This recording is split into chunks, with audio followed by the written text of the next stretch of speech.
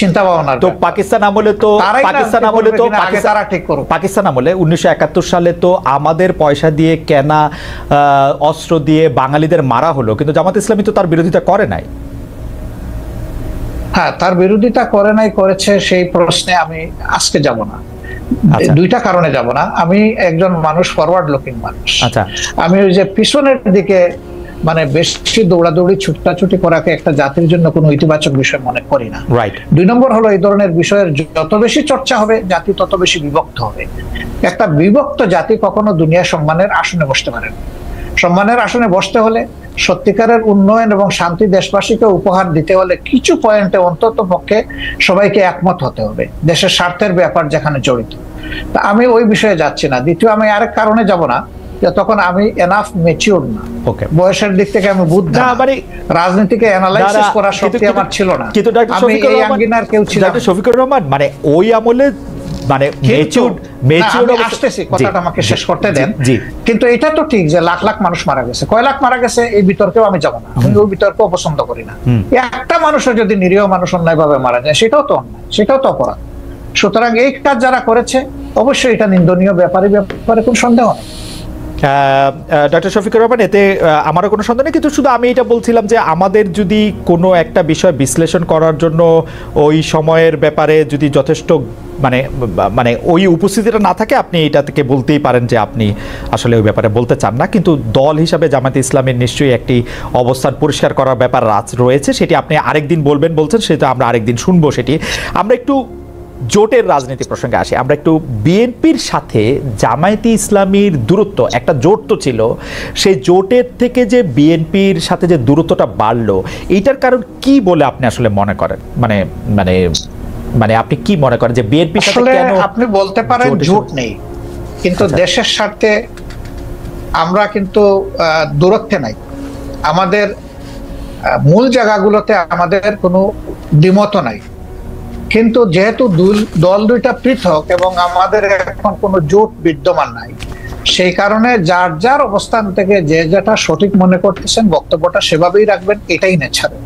এবং একজন দেশের আপনি সচেতন নাগরিক হিসাবে রাজনীতি যদি বাদও দেন, আপনার চোখের সামনে যদি কোনো ভালো কাজ হয় তাকে আপনার অ্যাপ্রিসিয়েট করা দরকার। আবার কেউ যদি কোনো মন্দ কাজ করে তাকে সংশোধনেরও আপনার চেষ্টা করা দরকার। তো দেশের স্বার্থে যদি আমি কথা বলি এবং আমাকে যদি কেউ ক্রিটিসাইজ করে, আমি এটাকে ওয়েলকাম, কারণ ক্রিটিসিজম না হলে পারফেকশন আসে না। আর মানুষ কেউ ভুলের ঊর্ধ্বে না। আমরা ভুল করতেই পারি, ব্যক্তিগতভাবেও করতে পারি, আবার সামষ্টিকভাবে দলগতভাবে আমরা ভুল যদি কেউ ধরিয়ে দেয়, সেই তো আমার প্রকৃত বন্ধু।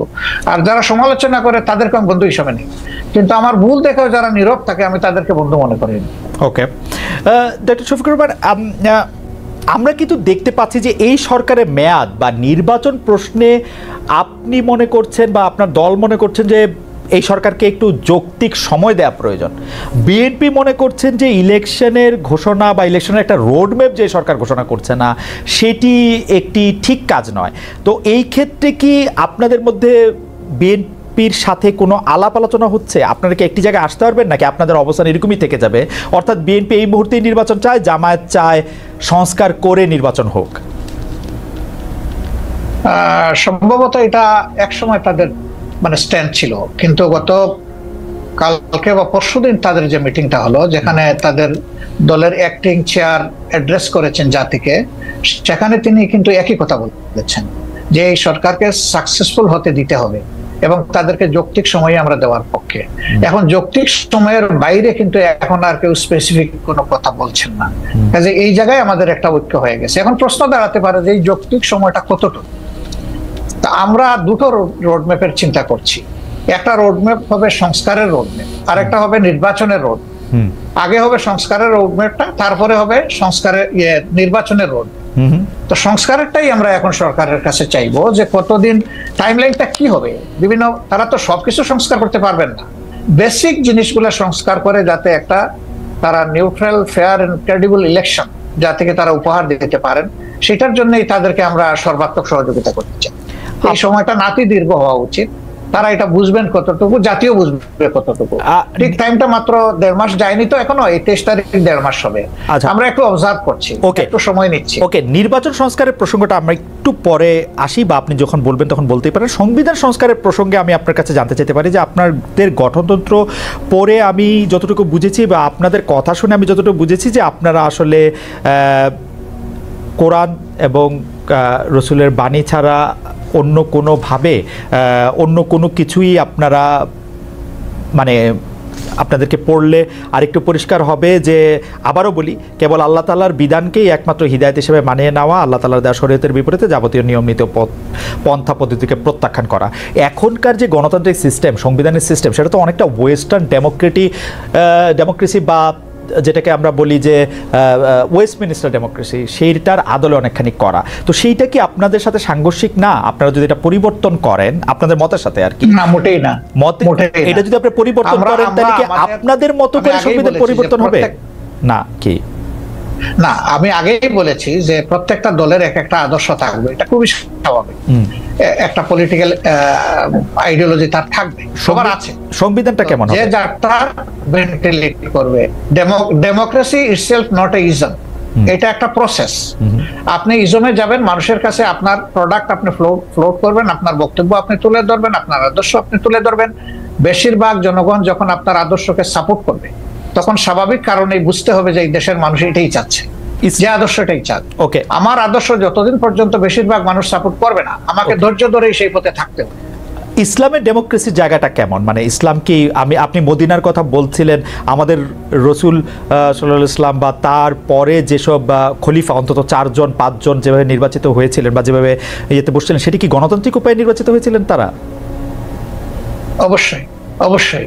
তারা তখন যারা মানে সমাজে মতামত দেওয়ার মতো সেই পর্যায়ের লোক ছিলেন, তাদের সকলকে নিয়ে তারা বসেছেন মসজিদে নববীতে অথবা অন্য কোনো জায়গায় বসে, তাদের অধিকাংশের মতের ভিত্তিতেই অ্যাপয়েন্টমেন্ট গুলো হয়েছে। আপনি তাই মনে করছেন? তাই মনে করছেন, এটাই ফ্যাক্ট, এটাই হিস্ট্রি। তারপরে যখন আব্বাসীয় উমাইয়া বা ওসমানিয়ারা, বিউটিটা দেখেন আমাদের দেশে। জি না, সেটা তো আমি খেলাফতে নিচ্ছি না, আমি খেলাফতের যুগটা বলতেছি। এরপরে ধরেন যখন হলো, এই খলিফা যখন কেউ হয়ে গেলেন, তিনি কিন্তু অল ইন অল হইতে পারলেন না। এই ধরনের বহু ঘটনা আছে, আমি এখন কথা লম্বা হবে, সেই উদাহরণ আমি দিচ্ছি না। বহু ঘটনা, মানুষ সেখানে হাইলি ডেমোক্রেটিক রাইট এক্সারসাইজ করেছে, আলহামদুলিল্লাহ। আচ্ছা, এটা যদি আমি বাংলাদেশের ক্ষেত্রে এইটাকে একটু বলি, যে আপনাদের গঠনতন্ত্রে ইসলাম প্রচার, ইসলামের দাওয়াত, ব্যক্তি জীবনে ইসলাম চর্চার বিষয়টি নিয়ে বারবার বলা হয়েছে। এক্ষেত্রে বাংলাদেশের অমুসলিম নাগরিকদের জন্য বা যারা ইসলাম বিশ্বাস করবে না তাদের জন্য জামাতে ইসলামী রাজনীতি করার সুযোগটা আপনি কেমন দেখেন? আদৌ কোনো সুযোগ আছে কিনা? আমি পড়ছিলাম গঠনতন্ত্র, সেখানে আমি দেখতে পাচ্ছিলাম যে তারা সকল কিছু মেনে নিলে বড়জোর সহযোগী সদস্য হতে পারবেন। এটা বাংলাদেশের সংবিধানের সাথে সাংঘর্ষিক হবে না? বাংলাদেশের সংবিধান বলছে সবার জন্য অধিকার সমান হবে, কিন্তু আপনারা বলছেন যে মানে তারা আসলে একটা নির্দিষ্ট পর্যায় পর্যন্ত শুধু যেতে পারবে। এইটাকে আপনি একটু সাংঘর্ষিক মনে করেন? এটা আপনার একটা ভাইটাল কোয়েশ্চেন, অবশ্যই গুরুত্বপূর্ণ প্রশ্ন। দেখেন, আমরা তো কাউকে ইম্পোজ করব না, আমাদের আদর্শটা গ্রহণ করতে এবং দলে আসতে আমরা ইম্পোজ করব না, কিন্তু দলের দরজা তাদের জন্য বন্ধ করা যাবে। আমরা দরজা খোলা রেখেছি। প্রয়োজনে গঠনতন্ত্র তো আল্লাহর কোরআন না, কোরআনের আলোকে রচিত। কোরআন পরিবর্তন করা যায় না, কিন্তু গঠনতন্ত্র পরিবর্তন করা যায়। আমাদের গঠনতন্ত্রের দেখেন যে 22-23তম সংস্করণ পর্যন্ত হয়তো আছে, আপনি পাবেন। রাইট। তার মানে কি? তার মানে হলো আগের যে জিনিসটা আমরা মনে করেছি পরিবর্তন করা দরকার, মূলনীতি ঠিক রেখে যুগের চাহিদাকে অ্যাড্রেস করা দরকার, সেটা আমরা করেছি। হবে, সবগুলাই হবে, অ্যাকোমোডেশন হবে, কোনো সমস্যা হবে না ইনশাআল্লাহ।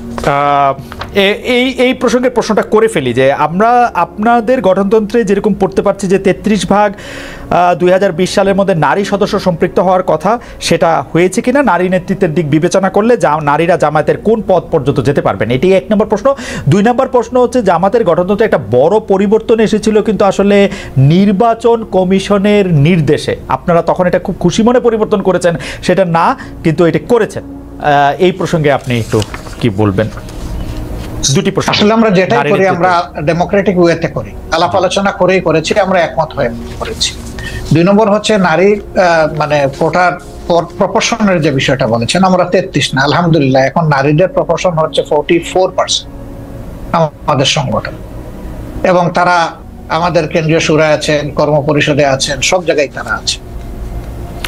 আচ্ছা, একটি গ্রহণযোগ্য নির্বাচন অন্তর্বর্তী সরকারে করতে হবে। একটি জনপ্রিয় প্রশ্ন এরকম যে আপনারা আওয়ামী লীগকে নির্বাচনে অংশ নিতে দেওয়ার পক্ষে নাকি বিপক্ষে?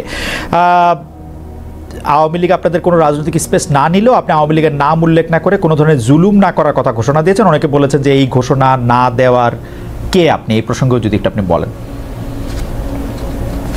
না, এই ঘোষণা দেওয়ার কে প্রশ্ন করেছে? জি, আসলে আমি আওয়ামী লীগের নাম নেই নাই, আর আওয়ামী লীগকেও আমি ইন্ডিকেট করি। শুধু আওয়ামী লীগ আমাদের উপরে জুলুম করে নাই, আরো অনেক পক্ষ আমাদের উপরে জুলুম করেছে। দল হিসাবে আমাদের উপরে যে জুলুমটা করা হয়েছে, যেমন ধরেন আমাদের নিবন্ধন কেড়ে নেওয়া হয়েছে, আমাদের প্রতীক কেড়ে নেওয়া হয়েছে, আমাদের অফিসগুলা সিলগালা করা হয়েছে, আমাদের শেষ পর্যন্ত তারা দিশাহারা হয়ে আমাদেরকে নিষিদ্ধ ঘোষণা করেছে। এই যে কাজগুলা দলের উপরে যে জুলুম করেছে, আমরা বলছি যে এটা প্রতিশোধ আমরা নেব। কারণ প্রতিহিংসার জন্ম নেই, আর প্রতিশোধ যখনই নিতে যাব তখন আইন হাতে তুলে নেওয়া হয়। আমরা আইন হাতে নেওয়ার ব্যাপারে আমরা বিশ্বাসী না। কিন্তু সাথে সাথে এই কথাটা আমরা বলেছি যে ভিকটিম এবং ভিকটিম ফ্যামিলি যদি আইনের আশ্রয় নেয়, এটা তাদের রাইট ন্যায় বিচার পাওয়া, তাহলে আমরা তাদেরকে সর্বাত্মক সহযোগিতা করবো। আমরা স্ট্যান্ড থেকে সরিনি, আমাদের স্ট্যান্ড আছে। এখানে আওয়ামী লীগের নামও নেওয়া হয়নি, আওয়ামী লীগকে ইন্ডিকেটও করা হয়নি। এটা ছিল একটা সামগ্রিক বক্তব্য। আমার এই বক্তব্যটাকে টুইস্ট করা হয়েছে যে জামাতের আমির আওয়ামী লীগকে ক্ষমা করে দিয়েছেন এবং সাধারণ ক্ষমা ঘোষণা করেছেন। প্রথমটা তো নাই, দ্বিতীয়টা করার আমি কে? একটা রাষ্ট্রে সাধারণ ঘোষণা করার একমাত্র ব্যক্তি হচ্ছেন রাষ্ট্রপ্রধান, যিনি অর্থাৎ প্রেসিডেন্ট। তিনি ছাড়া প্রধানমন্ত্রী এটা পারে না, আর কেউই পারে না। আমি কে এটা করার? আমার তো কোনো অধিকার নাই। বরঞ্চ আমরা বারবার বলে আসছি যে যাদের উপরে জুলুম হয়েছে, যারা ক্ষতিগ্রস্ত হয়েছে, নিহত আহত গুম হয়েছে, তার সম্পদ হারা হয়েছে, চাকরি হারা হয়েছে, তারা অবশ্যই মামলা করবে এবং তাদেরকে আমরা সঙ্গত সহযোগিতা। আচ্ছা, এইটি অবশ্য আমাদের একটি প্রশ্ন, কারণ হচ্ছে যে পত্রপত্রিকায় যেটি ছাপা হলো আওয়ামী লীগকে ক্ষমা করে দেওয়ার ঘোষণা জামায়াতের আমিরের, অনেকেই বলেছেন যে আপনি হয়তো খোলা মনে সাদা মনে সেই ক্ষমাটি ঘোষণা করতেই চেয়েছেন, কিন্তু পরে যখন আপনার দলের লোকেরা বা আপনি ফিরে গিয়ে চাপের মুখে সেটি আবার একটু বক্তব্য অন্যরকম করছেন। বিষয়টি কি ঠিক? মোটেই না, আমি মোটেই না। আমার বক্তব্য টুইস্ট করা হয়েছিল, সেটাকে আমি ক্লিয়ার করেছি। কোনো চাপও ছিল না আমার উপরে, এবং আমি এখানে কোনো হীনমন্যতায় ভুগিনি। আমি যা ভালো মনে করেছি, খোলা মনে সেটি বলেছি। আচ্ছা, আরেকটি প্রশ্ন আসতে চাই, সেটা হচ্ছে বৈষম্য বিরোধী যে ছাত্র আন্দোলনের যে রাজনৈতিক প্ল্যাটফর্ম, সেটি নিয়ে আমি সরি একটু আপনাকে ইন্টারাপ্ট করব। আপনি বলেছিলেন যে আওয়ামী লীগ নির্বাচনে আসুক, তারা রাজনীতি করুক, এটা আমি চাই। জি, আগে আওয়ামী লীগকে ডিসিশন নিতে হবে তারা আসলেই রাজনীতি করবে কিনা, তারা আসলেই রাজনীতি চায় কিনা। কারণ তারা যখনই ক্ষমতায় গিয়েছে তখন তো তারা রাজনীতির বাইরে চলে গেছে। প্রথম পিরিয়ডে শেখ মুজিব সাহেব জীবিত থাকা অবস্থায় তো তিনি বহুদলীয় গণতন্ত্রকে একদম শেষ করে দিয়ে একদলীয় বাকশাল কায়েম করেছেন। আওয়ামী লীগ যখনই ক্ষমতায় এসেছে সেই জিনিসটাই এস্টাবলিশ করার চেষ্টা করেছে। এবারও তারা কিন্তু সে পথেই হাঁটছিল, এবং তাদের নেতারা বলতেন যে আমরা বাকশালের চেতনা অন্তরে ধারণ করি। সাংঘাতিক কথা। বাকশালের চেতনা যদি ধারণ করেন তো আওয়ামী লীগের নামে রাজনীতি করেন কেন? তাইলে তো তাদের সাহস করে বাকশালের নামেই রাজনীতি করতেন, দেখতেন যে জনগণ তাদেরকে কিভাবে রিসিভ করে। সেটা তো তারা করেননি। এই জন্য আওয়ামী লীগ আদৌ রাজনীতি করবে নাকি ফ্যাসিজম করবে, আগে আওয়ামী লীগ ডিসিশন নেন। আচ্ছা, এই প্রসঙ্গে আমি একটু জানতে চাই, 96 সালে যখন বিএনপির বিরুদ্ধে আপনারা তত্ত্বাবধায়ক সরকার কায়েম করার জন্য আন্দোলন করছিলেন, তখন কি আওয়ামী লীগের সাথে আপনারা যুথবদ্ধ হয়ে রাজনীতি করেছিলেন? না না, আমরা কোনো জোট গঠন করিনি। তবে মাঝে মধ্যে তাদের সাথে আমাদের যৌথ সভা হয়েছে, কিন্তু কোনো জোট আমরা করিনি। আর সেই ইস্যুটাও দেখেন, সেটা ছিল কেয়ারটেকারের ইস্যু। আগামীতে যদি আরো একটি যৌক্তিক ইস্যু আপনাদের সামনে আসে, আপনারা আওয়ামী লীগকে সাথে নিয়ে এরকম করবেন কিনা? না, আমরা আওয়ামী লীগকে সাথে নেইনি। আওয়ামী লীগ আমাদের ইস্যুতে এসে পরে শরিক হয়েছে, এবং শরিক হইতে গিয়ে তারা আমাদের ইস্যু হাইজ্যাক করতে চাইলেন।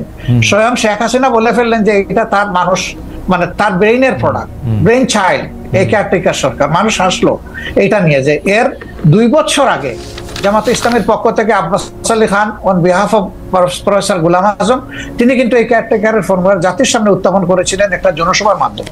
আওয়ামী লীগ 2 বছর পরে এসে বলে যে এটা তাদের আবেদন। আমরা হাসলাম। আওয়ামী লীগের এইরকম ক্রেডিট হাইজ্যাক করার আরো বহু ইতিহাস আছে, সেটা বলতে গেলে অনেক সময় লাগবে। আমরা দর্শকদের যে প্রশ্ন করেছিলাম সেটি আসলে আপনি এখন মিস ইন্টারপ্রিটেশন বলছেন, সেই মিস ইন্টারপ্রিটেশন থেকে আমরা দর্শকদের কাছে প্রশ্ন করেছিলাম যে আওয়ামী লীগ সরকারের জুলুম সম্প্রতি দল হিসাবে ক্ষমা করার ঘোষণা দিয়েছে বাংলাদেশ জামাতে ইসলামী, জামায়াতের অবস্থান সঠিক বলে মনে করেন কিনা? শতকরা 73% দর্শক মনে করছেন যে না এটি সঠিক নয়, শতকরা 27% দর্শক মনে করছেন যে কিন্তু আপনার প্রশ্ন, আমি যদি বলি বিনয়ের সাথে যে আপনার প্রশ্নটাই তো সঠিক হয় না। সেটি তো আমরা আপনার বক্তব্যে পরিষ্কার হলাম যে আমাদের প্রশ্ন সঠিক হয় নাই। তবু যেহেতু যে প্রশ্নটি করেছিলাম আবার দেন একটু দেখি তারা কি বলে। হ্যাঁ না ঠিক আছে, আমরা আবারও নিশ্চয়ই এটি আবার জানতে চাইবো যে আমরা আরেকটি এটি করব যে এটি আসলে উনার বক্তব্য নয় বা উনার বক্তব্যকে একটু মোচড় দেওয়া হয়েছে, যেটি ডক্টর শফিকুর রহমান একটু না, ভালোই মোচড় দেওয়া হয়েছে। কিন্তু এটি সবাই দলবদ্ধভাবে এই মোচড়টি কেন দিল বা দিতে পারলো বলে আপনার মনে হয় ডক্টর শফিকুর রহমান? আমাদেরকে সবাই খুব ভালোবাসে, তো এই জন্য আমাদের নিয়ে কসলাইতেও ভালো হয়।